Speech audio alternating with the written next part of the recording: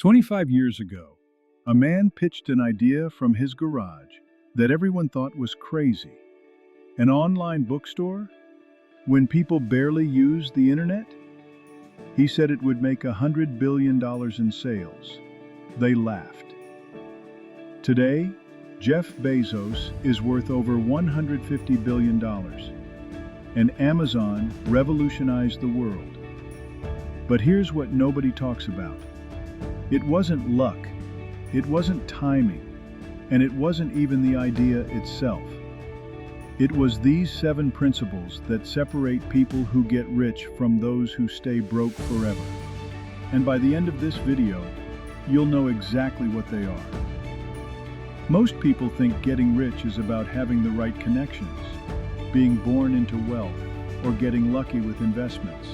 But after studying hundreds of successful entrepreneurs and wealthy individuals, we've discovered that true wealth follows a very specific pattern. It's not about what you're given, it's about what you choose to do with what you have. Today, we're going to share the 7 principles that every wealthy person understands, but most people never learn. These aren't get-rich-quick schemes or investment tips. These are fundamental shifts in how you think about work, purpose, and creating value in the world. Here's the first thing wealthy people understand that most don't. There's a massive difference between having a job, building a career, and finding your calling. And this distinction literally determines whether you'll spend your life trading time for money or creating wealth that works for you. A job is simple. It's just a way to pay the bills. You show up, do the work, collect the paycheck, and go home. There's nothing wrong with this, but it's a linear exchange. Your time for their money. The moment you stop working, the money stops coming. A career is different. It's about growth, building skills, climbing ladders, and creating stability. You're investing in your future earning potential. But here's the thing. Even a successful career can still trap you in the same time for money exchange, just at a higher rate. But a calling? That's when you hit the jackpot. A calling is when your deepest passions align with what the world needs, and you get paid handsomely for it. When you find your calling, work doesn't feel like work anymore. You'd do it even if you weren't getting paid. But because you're solving real problems for real people, the money follows naturally. Jeff Bezos didn't just start an online bookstore because it was a good business opportunity. He was called to revolutionize how people access information and products. That calling drove him to work 12-hour days, 7 days a week, not because he had to, but because he couldn't imagine doing anything else. The wealthy don't just work harder, they work on things that matter deeply to them. And that emotional investment is what gives them the persistence to push through when everyone else gives up. This brings us to the second principle. Wealthy people don't just think big, they think impossibly big. They develop visions so bold that they literally redefine entire industries. Remember that garage where Bezos started Amazon? When he told people he was going to build a company that would generate $100 billion in sales, that number was almost incomprehensible. In 1994, the entire e-commerce market was practically non-existent. Most people thought the internet was just a fad. But Bezos didn't just see what was, he saw what could be. Here's what's fascinating.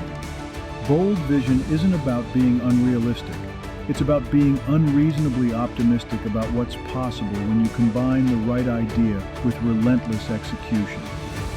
Wealthy people understand that breakthrough success requires breakthrough thinking. But here's the key. They don't just dream big. They bet big on themselves. They're willing to risk comfort, security, and even failure to pursue something that could change everything. Most people play it safe and wonder why they never achieve anything extraordinary. Wealthy people play to win, knowing that extraordinary results require extraordinary commitment. The vision has to be so compelling that it pulls you forward even when logic tells you to quit.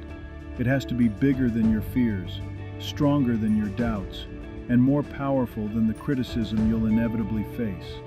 Now here's where most people get it completely wrong. They think wealthy people are just naturally gifted, smarter, more talented, or born with some special advantage. But the third principle reveals the truth. Hard work and deliberate choices always outweigh natural talent. Think about it this way. Your gifts, whether that's intelligence, physical ability, or even good looks, those are things you were given. You didn't earn them. You didn't choose them, and honestly, there's nothing to be proud of in receiving a gift. What matters is what you choose to do with those gifts. The wealthy understand that true pride comes from how you exercise your gifts, especially when things get difficult. It's about choosing persistence when others choose comfort. It's about embracing challenges when others avoid them. It's about developing a growth mindset that values effort over ability. Here's a hard truth. There are millions of naturally talented people living ordinary lives because they relied on their gifts instead of developing their character.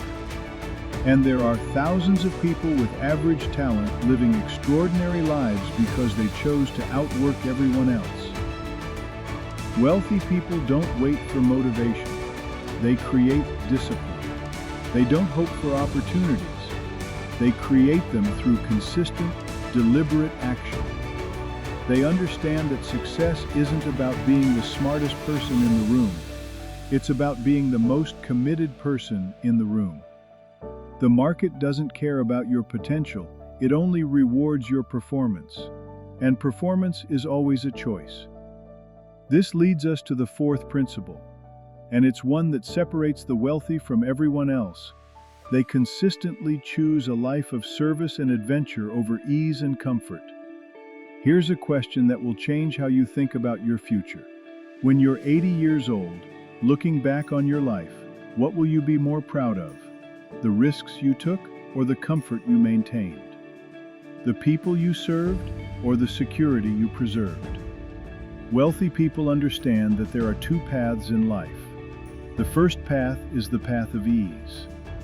Seeking comfort, avoiding risk, playing it safe, and minimizing discomfort. It's a perfectly reasonable way to live, and millions of people choose it. But it rarely leads to wealth, and it almost never leads to fulfillment. The second path is the path of service and adventure. Service means dedicating your life to solving problems for others, creating value, and making a meaningful contribution to the world. Adventure means embracing uncertainty, taking calculated risks, and choosing growth over security. Here's what's counterintuitive. The path that seems riskier is actually safer in the long run. When you serve others, you become valuable. When you embrace adventure, you develop resilience. When you choose growth over comfort, you build capabilities that no one can take away from you. Wealthy people don't get rich by playing it safe. They get rich by becoming so valuable that the market has no choice but to reward them. And you become valuable by serving others in ways that matter. The fifth principle is about how you respond when everything goes wrong, because it will. Wealthy people understand that adversity isn't something that happens to them. It's something that reveals who they really are. There's a military phrase that perfectly captures this mindset. Slow is smooth, and smooth is fast. What this means is that steady, deliberate effort under pressure leads to mastery. When everyone else is panicking, rushing, or giving up, wealthy people slow down, focus on fundamentals, and execute with precision. But here's the deeper truth. The choices you make in adversity don't just determine your outcomes. They determine who you become. When you face setbacks, you have a choice.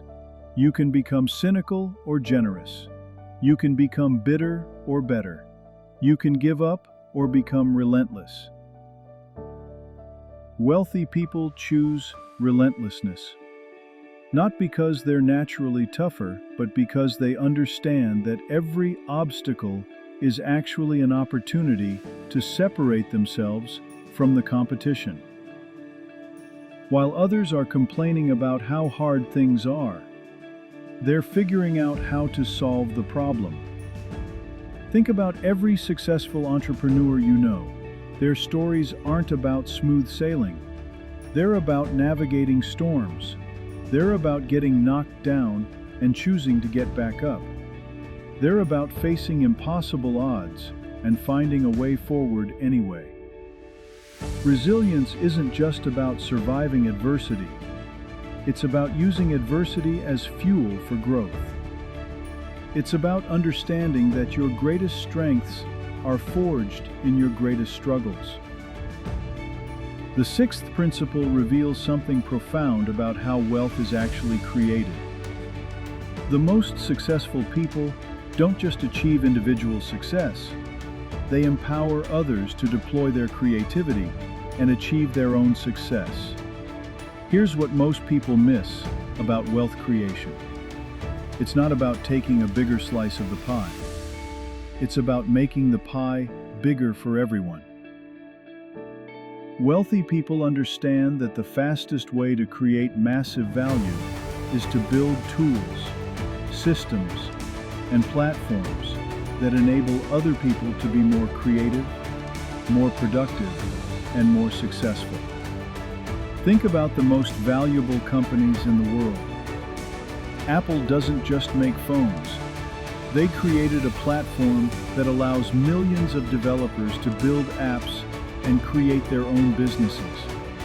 Amazon doesn't just sell products.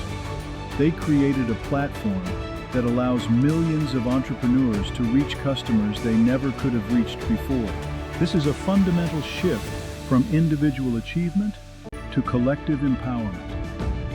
Instead of asking, how can we be more successful? Wealthy people ask, how can we help others be more successful? And paradoxically, this approach leads to far greater personal wealth. When you empower others, you create network effects. Every person you help becomes a potential partner, customer, or advocate. Every tool you build that helps others creates value that compounds over time. Every system you create that solves problems for multiple people generates wealth that scales beyond your individual efforts. The entrepreneurial spirit isn't about building products, it's about building platforms. It's about creating something that's bigger than yourself and more valuable than anything you could achieve alone. This brings us to the seventh and final principle, and it's the most important one. We are living in the most extraordinary era of opportunity in human history, and wealthy people recognize this while most people take it for granted. Think about the conditions of this moment. We have technology that connects us to billions of people instantly. We have access to information that previous generations could never have imagined. We have tools that allow a single person to build a business that reaches customers around the world. We have platforms that enable creativity, innovation, and entrepreneurship at a scale that was impossible just a generation ago. But here's what's remarkable. Most people are so focused on what's wrong with the world that they completely miss what's right with it. They're so busy complaining about problems that they miss the unprecedented opportunities to solve those problems. Wealthy people see this era for what it really is, a moment of infinite possibility. They understand that we have been given gifts that no generation before us has ever possessed. The question isn't whether opportunities exist. The question is whether you're going to consciously harness your gifts and seize those opportunities. You have the ability to author your own story. You have access to tools, knowledge, and connections that can help you create something original and meaningful. You have the opportunity to build something that serves others while creating wealth for yourself. But opportunity without action is just potential, and potential without execution is worthless. The wealthy don't just recognize opportunity, They act on it with intention, urgency, and relentless commitment. The question isn't whether you have what it takes to get rich. The question is whether you're going to choose to use what you already have. So there you have it. The 7 principles that separate people who get rich from those who stay broke forever. If this video opened your eyes to what's really possible for your life, do us a favor. Hit that subscribe button and ring the notification bell. We're building a community of people who refuse to settle for ordinary lives, and we want you to be part of it. Drop a comment below and tell us which of these 7 principles resonated most with you and what you're going to do differently starting today. And if you're ready to go deeper, check out the next video where we'll explore exactly how to find your calling and turn it into wealth. Build wealth. It's never too late.